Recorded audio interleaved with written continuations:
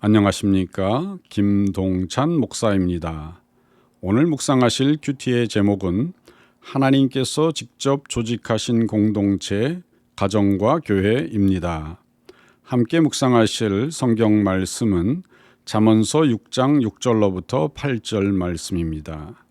게으른 자여, 개미에게 가서 그가 하는 것을 보고 지혜를 얻으라.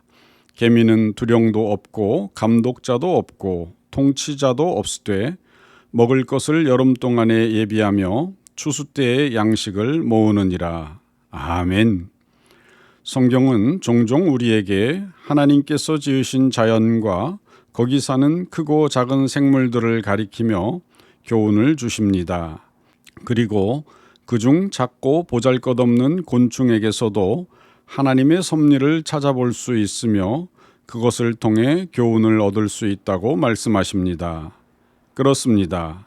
하나님의 놀라우신 지혜와 오묘한 솜씨는 창조 세계의 전체에서 찾아볼 수가 있으며 그것들을 연구할수록 우리는 창조주 하나님의 뛰어난 섭리와 능력을 발견하고 감탄과 영광을 올리게 됩니다.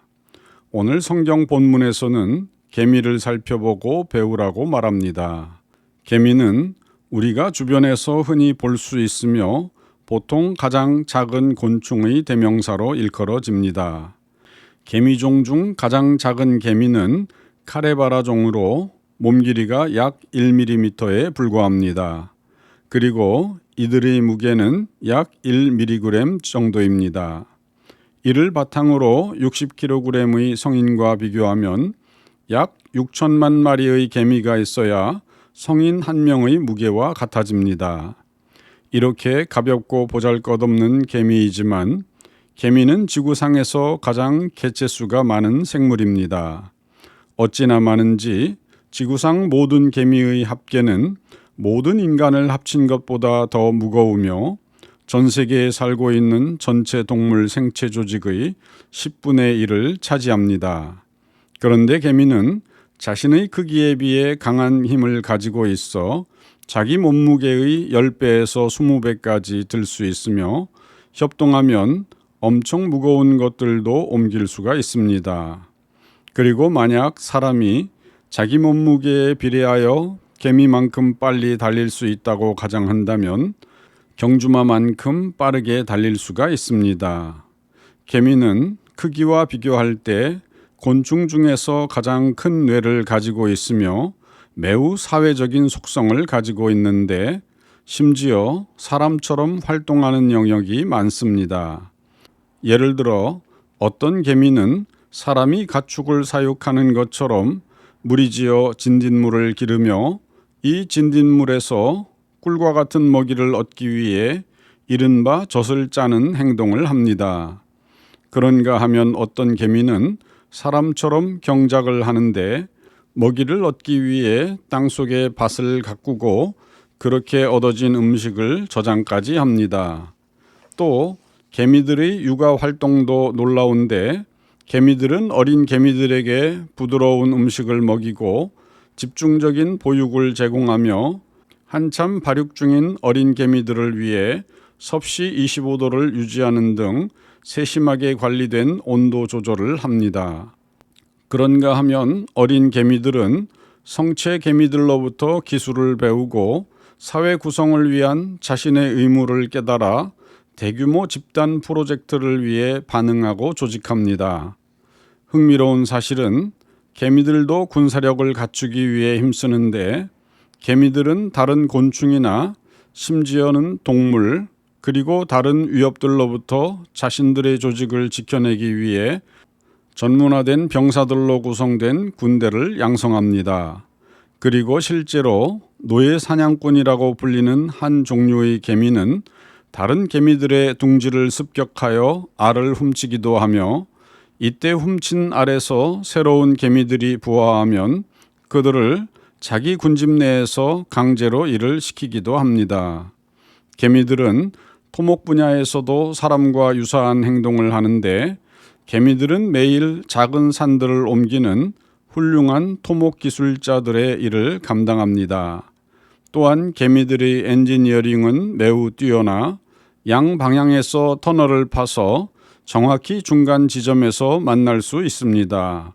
심지어 어떤 개미들은 홍수를 통제하기 위해 물을 관리하는 함정을 만들기도 합니다. 그런가 하면 개미들도 직업 전문화 과정을 거치기도 합니다. 즉, 개미들은 기존에 하던 직업을 바꾸고 새로운 것을 배우는데 이들 중 일부는 청소를 하고 일부는 먹이를 찾고 일부는 어린 개미들을 돌보며 일부는 경비원이나 정찰병 역할을 합니다. 하지만 개미들은 이처럼 똑똑하고 수완이 좋음에도 불구하고 혼자서는 살아남을 수가 없습니다. 그리고 그것은 벌들도 마찬가지입니다. 이러한 군집 생활은 꿀벌에게서도 찾아볼 수가 있는데 꿀벌은 여럿이 함께 꿀을 한 곳에 모으는 작업을 합니다. 그런데 만일 그 중에서 한 마리만을 고립시키면 고립된 꿀벌은 의욕을 잃어 일도 하지 않고 그냥 죽어버리고 맙니다. 꿀벌은 원래 꿀을 채집하기 위하여 혼자서 꽃밭을 찾아 나서고 열심히 일도 하지만 한편 자주 벌 둥지로 돌아가 많은 동료들과 어울림으로 힘과 즐거움을 재충전 받아야만 다시 혼자 꿀을 찾아 나설 수 있는 의욕이 생겨나는 것입니다. 그래서 유명한 영국 속담에는 당신은 여러 벌들을 함께 잡아둘 수는 있지만 벌을 한 마리만 잡아둘 수는 없습니다. 라는 격언이 나오기도 한 것입니다. 개미나 벌은 오직 군집의 일부로만 존재하고 번성할 수가 있습니다. 마찬가지로 성경은 기독교인들도 교회 공동체의 일부가 될 때 번성할 것이라고 가르칩니다. 고린도전서 12장 12절 27절 몸은 하나인데 많은 지체가 있고 몸의 지체가 많으나 한 몸임과 같이 그리스도도 그러하니라. 너희는 그리스도의 몸이요 지체의 각 부분이라. 아멘. 그렇습니다. 어떤 사람은 교회가 필요 없다며 얼마든지 혼자서도 개인적으로 하나님을 만나며 건강한 신앙을 지켜나갈 수 있다고 주장합니다. 하지만 그것은 하나님의 뜻이 아닙니다.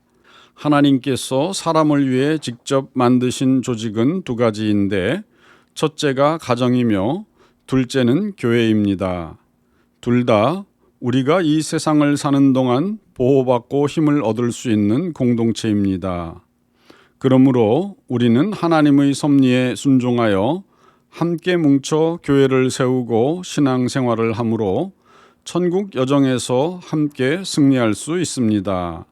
이러한 축복이 성도님과 함께 하시기를 주님의 이름으로 축원드립니다. 감사합니다.